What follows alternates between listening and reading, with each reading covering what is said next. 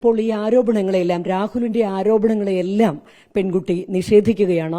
ഇപ്പോൾ രാഹുൽ പറഞ്ഞിരിക്കുന്നത് ചില ചാറ്റുകൾ പുറത്തുവിട്ടു, ചില പ്രണയബന്ധം വിവാഹത്തിന് മുമ്പുണ്ടായിരുന്നു, തുടർന്നു. ഇങ്ങനത്തെ കാര്യങ്ങളൊക്കെ ചോദ്യം ചെയ്തപ്പോഴാണ് ഈ രീതിയിലുള്ള മർദ്ദനത്തിലേക്ക് നയിച്ച സാഹചര്യം ഉണ്ടായതെന്ന് പറയുന്നു. എന്തെങ്കിലും രീതിയിലുള്ള അടിസ്ഥാനം ഈ ആരോപണത്തിന് ഉണ്ടോ? ഈ പറഞ്ഞതെല്ലാം അടിസ്ഥാനരഹിതമാണ്.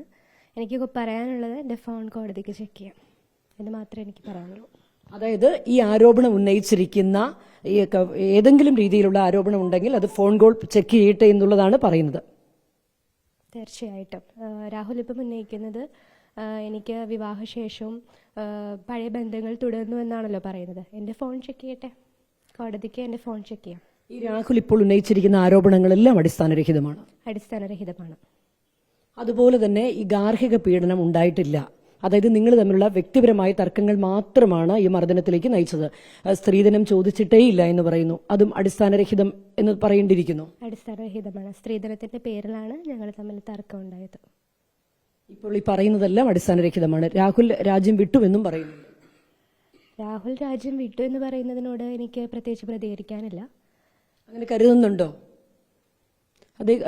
അതിപ്പോൾ സ്വാഭാവികമായിട്ടും മോള് പറയേണ്ട കാര്യമല്ല. എങ്കിൽ പോലും പോലീസ് അന്വേഷിച്ച് കണ്ടെത്തേണ്ടതാണ്.